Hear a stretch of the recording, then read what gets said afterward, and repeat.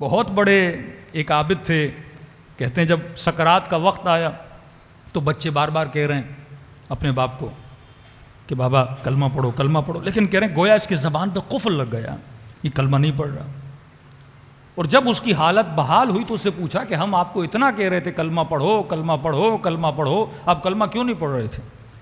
تو اس بندے خدا نے اپنی زندگی میں ایک سب سے مہنگا قالیچہ لیا تھا، بہت مہنگا تھا، اور اس نے اپنے صندوق میں وہ چھپا کے رکھا تھا۔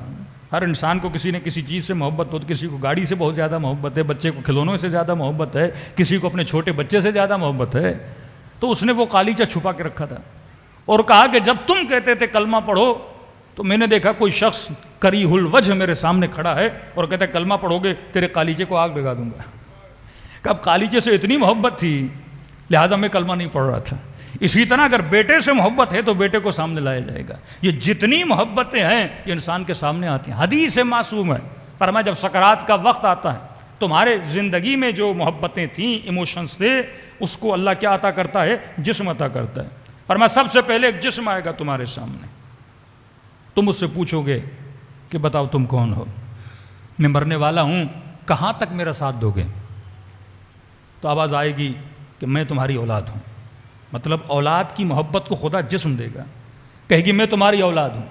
پھر یہ جو مرنے والا شخص سے پوچھے گا کہاں تک میرے ساتھ چلو گے؟ تو یہ آواز دے کر کہے گی کہ بابا ہم صرف قبر تک آپ کے ساتھ ہیں، اس سے زیادہ ہم آگے نہیں چل سکتے۔ فرمایا پھر ایک اور جسم آئے گا، پوچھے گا کہ تم کون ہو؟ آواز آئے گی میں وہ تمہارا محنت میں جمع کیا ہوا مال ہوں، آج تمہاری مدد کرنے آیا ہوں۔ پوچھے گا اے میرے مال کہاں تک میرے ساتھ چلو گے؟ کتنی میری مدد کرو گے؟ یہ مال کہے گا کہ میں اتنی مدد کر سکتا ہوں، آپ کے لیے کفن کا بندوبست کر دوں گا، آپ کے لیے تابوت کا بندوبست کر دوں گا، آپ کے لیے قبر کن کا بندوبست کر لوں گا، کسی کراچی کی اچھی جگہ پہ قبر آپ کے لیے خرید سکتا ہوں، اتنا ساتھ میں آپ کا دے سکتا ہوں۔ اولاد کہے گی قبر تک، مال کہے گا ساز و سامان خرید سکتا ہوں۔ فرماتے ہیں ایک تیسرا جسم آئے گا، اس کو کہے گا کہ تم کون ہو؟ آواز دے کر کہے گا میں وہ ہوں جس پر تم نے زندگی میں سب سے کم توجہ دی تھی۔ کہا کہاں تک ساتھ چلو گے؟ کہا قبر میں بھی تیرے ساتھ ہوں، برزخ میں بھی تیرے ساتھ ہوں، قیامت میں بھی تیرے ساتھ ہوں، لیکن میں بہت کمزور ہو چکا ہوں، بہت نحیف ہو چکا ہوں۔ پوچھے گا تم قیامت تک میرے ساتھ چلو گے؟ بتاؤ تو صحیح تم کون ہو؟ کہ میں وہی ہوں جس کی طرف کم توجہ دی تھی۔ کہ کیا نام ہے تمہارا؟ آواز آئے گی میں تمہارا عمل ہوں۔ تم نے سب سے زیادہ جس چیز پہ کم توجہ دی تھی وہ اپنی عمل کی طرف کم توجہ دی تھی۔ یہ بتاؤ نماز کے اوپر کتنا فوکس کیا تھا، نماز شب کے اوپر کتنا فوکس کیا تھا، قرآن کی تلاوت دن میں تم نے کتنی بار کی تھی، اپنے وقت کے امام سے کتنی بار تم نے باتیں کی تھی، اپنے رب عالمین سے کتنی دیر باتیں کی تھی۔ حاسبو قبل ان تحاسبو، اس سے پہلے کہ تمہارا حساب و کتاب کیا جائے بتا تم نے اپنا حساب و کتاب کتنا دیا تھا۔ آیت اللہ العظمہ دستغیر دونہان کبیرہ میں فرماتے ہیں اگر ہر انسان یہ 40 فارمولے یاد کر لے کہ یہ وہ فارمولے ہیں جو میری زندگی کو تباہ کرتے ہیں، مفاتیح الجنان پڑھ لے یہ وہ فارمولے ہیں جو جنت کی کنجیاں بنتی ہیں، 24 گھنٹے میں انسان تھوڑی کیلکولیشن کرے کہ واقعا میں نے آج کتنی جنت کمائی ہے اور کتنی جہنم کمائی ہے، یہ وہی انسان ہے جو اپنا عمل بناتا ہے۔ تو فرمایا اولاد قبر تک چلے گی، بیوی مرنے کے بعد ہی طلاق ہو جاتی ہے، پیسہ صرف قبر تک کام آتا ہے، لیکن جو چیز ہمیشہ تمہارے ساتھ رہتی ہے وہ تمہارا عمل ہے۔ یہ 1 گھنٹہ جو مجلس امام حسین میں آئے ہو یہ کئی کروڑوں گھنٹے بن کے عالم برزخ میں تمہاری مدد کریں گے۔ اور ایسے نہیں فرمایا موت ایک ایسا راستہ ہے، موت مایوسی کا نام نہیں ہے۔ موت انسان کے لیے مایوس تو وہ ہو جس کے ذہن میں یہ تصور ہو کہ زندگی دی اینڈ ہو گئی۔ ہمارے یہاں اینڈنگ کا تصور نہیں ہے، ہمارے یہاں موت ایک مرحلہ ہے جس کو انسان طے کرتا ہے۔ اور عالم برزخ میں اگر نیک ہوگا تو امیر المومنین کی زیارت ہوگی، رسول خدا کی زیارت ہوگی، اپنے احباب و اقربا کی زیارت ہوگی، شہداء کی محفل میں جائے گا۔ تبھی فرمایا مومن کی موت سے کبھی مایوس نہیں ہوتا، کیونکہ مومن کے لیے موت نہیں ہے بلکہ اہل بیت کی زیارت کا پیغام ہے۔ صلوات پڑھے محمد و آل محمد۔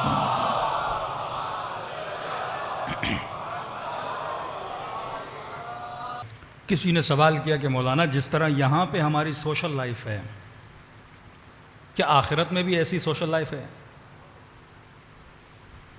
جیسے میرے دادا، میرے نانا، میری نانی مرحوم جتنے ہو گئے، کیا وہاں پہ کوئی سوشل لائف ہے؟ جس طرح آج رشتہ دار ایک دوسرے سے ملتے ہیں جلتے ہیں، کیا وہاں بھی ایسا ہے؟ یعنی مرنے والے ایک اکیلے سفر پہ چلتے ہیں، تک و تنہا چلتے ہیں۔ فرمایا آخرت میں ڈیپینڈ کرتا ہے پرسن ٹو پرسن. اگر نیک ہوتا ہے تو اسے اپنے ماں باپ سے ملنے دیا جاتا ہے. اگر نیک نہیں ہے ڈیپینڈ ہے کہ یہ وادی سلام کی طرف جا رہا ہے یا وادی برہوت کی طرف جا رہا ہے. یہ حدیث کے جملے ہیں کہ جب بھی کوئی انسان دنیا سے جاتا ہے تو اس کے کچھ رشتہ دار اس کے استقبال کے لیے آتے ہیں اور اسے دیکھ کے ان کو خوشی ہوتی ہے. اس کا مطلب یہ ہے جو مر چکے ہیں وہ یہاں ہماری زندگی کو نہیں دیکھ رہے. بس آپ یہ سوچیں کہ مثلا 20 سال ہو گئے میرے دادا مرحوم ہو گئے تو وہ مجھے دیکھ رہے ہیں، ایسا نہیں ہے. یہ صرف شہداء کے لیے. جب خدا شہداء کے لیے کہتا ہے وہ زندہ ہیں اور رزق پا رہے ہیں، مطلب وہ آپ کی زندگی کو آبزرو کر رہے ہیں. امیر المومنین آبزرو کر رہے ہیں، اہل بیت علیہ الصلوۃ والسلام ہمیں دیکھ رہے ہیں. لیکن ہر مرنے والا ہمیں نہیں دیکھتا. 20 سال گزر جائیں شاید وہ اپنے بیٹے کو نہیں دیکھ رہا اور وہاں یاد کرتے ہیں، انتظار میں رہتے ہیں کہ میرا بیٹا کب آئے گا. اور جب کوئی ان کے رشتہ داروں میں سے مر جاتا ہے اور وہاں اس سے ملاقات کرتے ہیں، فرمایا ان مرحومین کے چہروں پہ ایک خوشی کا عالم ہوتا ہے. جس طرح آپ مرحومہ ماں کو یاد کرتے ہو، ماں بھی مرنے کے بعد وہ آپ کے ویٹ میں آپ کو یاد کر رہی ہے. تبھی فرمایا مومن کے لیے موت خوشی کا پیغام ہے. جتنا اچھا ہوگا خدا اس کی والدہ کو اجازت دے گا، جب قبض روح ہوگی تو ماں سامنے کھڑی ہوگی، مرحوم باپ سامنے، وہ لینے کے لیے آتے ہیں کہ بیٹا چلو ہم تمہیں لینے کے لیے آئیں. تو حدیث کے جملے ہیں کہ وہ اس کو فیس کریں گے اور فیس کرنے کے بعد وہ اس سے پوچھنا شروع کرتے ہیں میرا فلاں بیٹا زندہ ہے یا مر گیا. مطلب ان کو علم نہیں ہے میری فلاں بیٹی زندہ ہے یا مر گئی، میری بہن زندہ ہے کہ مر گئی، میرا بھائی زندہ ہے کہ مر گئی. کہ مولا یہ سوال کیوں کریں گے؟ اگر مر گئی ہوتی تو ان کو کیا پتہ نہیں چلتا؟ جس طرح یہ مرا اس سے ملے، کیا وہ مرے وہ نہیں ملے؟ کا نہیں، وہ اس لیے پوچھتے ہیں کیونکہ نیک ارواح وادی السلام کی طرف جاتی ہیں. اور فرمایا وہ جواب سن کے کبھی خوش ہوتے ہیں کبھی غمگین ہوتے ہیں.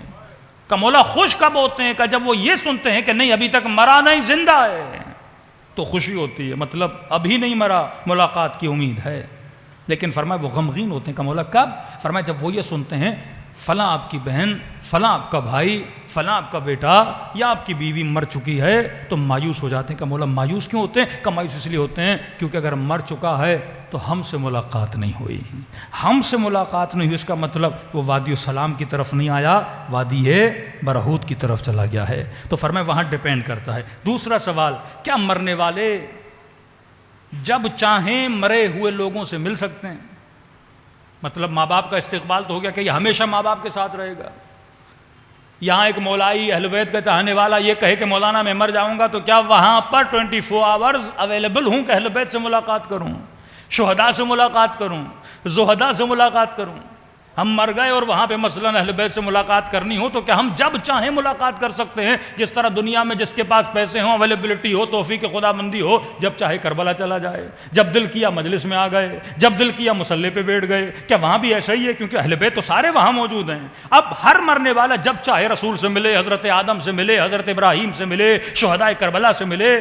فرمایا ایسا نہیں ہے. فرمایا وہاں پہ 2 کنڈیشنز ہیں. ایک کنڈیشن جو اوپر والے درجے پر ہیں وہ جب چاہیں نیچے والوں سے مل سکتے ہیں. مطلب حبیب ابن مظاہر ایک خاص منزلت پر ہے. اب ایک عام مومن جب مر جائے گا تو حبیب مل سکتا ہے نیچے والوں سے.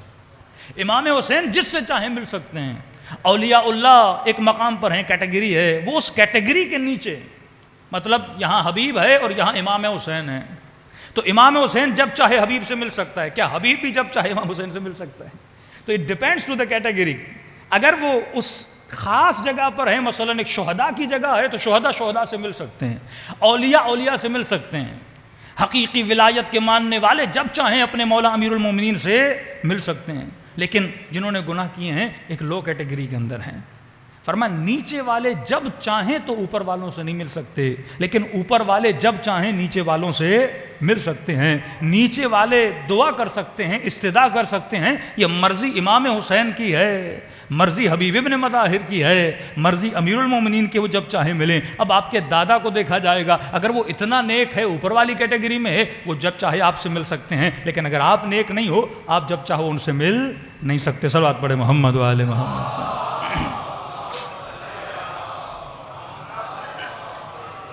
تیسرا سوال، کیا عالم برزخ میں رہنے والے جب چاہیں دنیا میں آ سکتے ہیں یا کب کب آتے ہیں؟ میرا مرحوم باپ، میری مرحومہ مثلاً والدہ، یہ جتنے مرحومین ہیں، کیا وہ جب چاہیں بیٹے کے گھر میں آئیں؟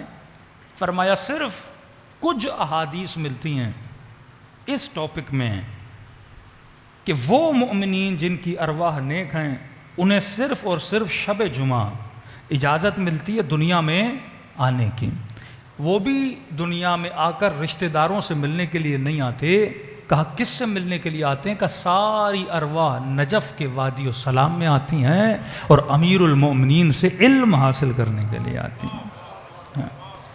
اس کی تصدیق کے لیے واقعہ موجود ہے کہ جناب سلمان فارسی، بعض اوقات جناب ابو ذر سے 2-3 روایتیں ملتی ہیں کہ جب مولا علی وادی السلام سے گزرنے لگے تو مولا کا صحابی کہتا ہے کہ امیر المومنین نے وادی السلام کی قبور کو متوجہ کر کے کلام کرنا شروع کیا۔ ایک تو ہوتا ہے سلام ارواح کو کرنا، کا سلام کیا، پھر گفتگو کرنا شروع کر دی، اور علی امیر المومنین کی گفتگو اتنی لمبی ہوئی کہ 2.5 گھنٹے گزر گئے۔ یہ صحابی کہتا ہے میں بیٹھ گیا، کھڑے ہو کے تھک گیا، اور امیر المومنین کو کہا کہ مولا 2.5 گھنٹے ہو گئے میں تھک گیا، آپ کس سے باتیں کر رہے ہیں؟ امام نے فرمایا تو نہیں دیکھ رہا جو علی دیکھ رہا ہے، جوق در جوق ارواح کا ہجوم زمین پر آیا ہے اور علی ان کے اندر علم کو بانٹنے کے لیے بیٹھے ہیں۔ تو جب امیر المومنین اس کائنات میں تھے حی و حاضر، اس وقت بھی امیر المومنین علم دے رہے تھے، اور آج اگر امیر المومنین ظاہری طور پہ نظر نہیں آ رہے، ہر شب جمعہ وادی السلام میں مومنین کی ارواح آتی ہیں اور امیر المومنین سے آ کر علم حاصل کرتی ہیں۔ تبھی فرمایا جب نجف جاؤ تو وادی السلام میں ایک قبر کا نشان بنایا کرو۔